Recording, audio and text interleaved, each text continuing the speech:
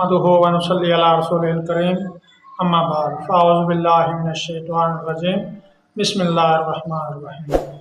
जिन्नात को घर से भगाने का अमल। आज मुझे एक आदमी ने फ़ोन किया और पूछा कि हमारे घर के अंदर जादू है, किसी ने हम पे जादू किया, हमारे भाइयों में आपस में इत्तेफाक ख़त्म हो गया है, हमारा कारोबार बंद हो गया, मैं फ़लाँ काम करता था, फ़लाँ काम करता था, मेरी गाड़ी थी वो हर रोज़ ख़राब हो जाती है, मुझे नुकसान हो रहा है।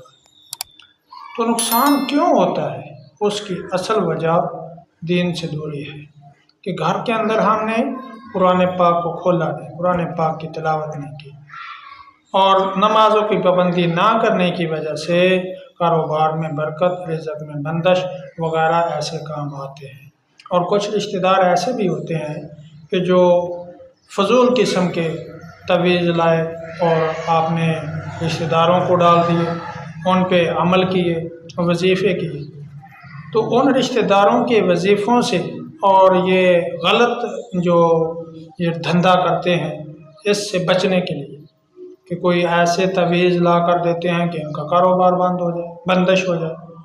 तो उसका भी यही था, वो कहता था मेरी भाभी वो हम पे जो है वो जादू वगैरह कराती है, तो मैं क्या करूँ? तो मैंने उसको कहा कि आपने कुरान पढ़ा है?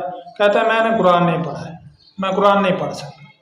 तो मैंने उसको कहा कि आप फ़बिअय्यि आलाइ रब्बिकुमा तुकज़्ज़िबान, इसका विरद करें, इसको सुबह शाम जिस वक्त पे फारग हो इसको पढ़ें, तो इंशाअल्लाह इस आयत की बरकत से वो जादू, जिन्नात, टोना वगैरह इंशाअल्लाह अल्लाह रब्बुल इज़्ज़त ख़त्म फरमा देंगे।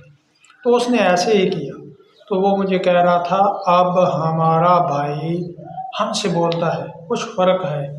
मैंने कहा 5 वक्त की नमाज़ शुरू कर, कुरान पाक की तिलावत शुरू कर, इंशाअल्लाह हालात बेहतर हो जाएंगे। अल्लाह रब्बुल इज़्ज़त हम सब को 5 वक्त का नमाज़ी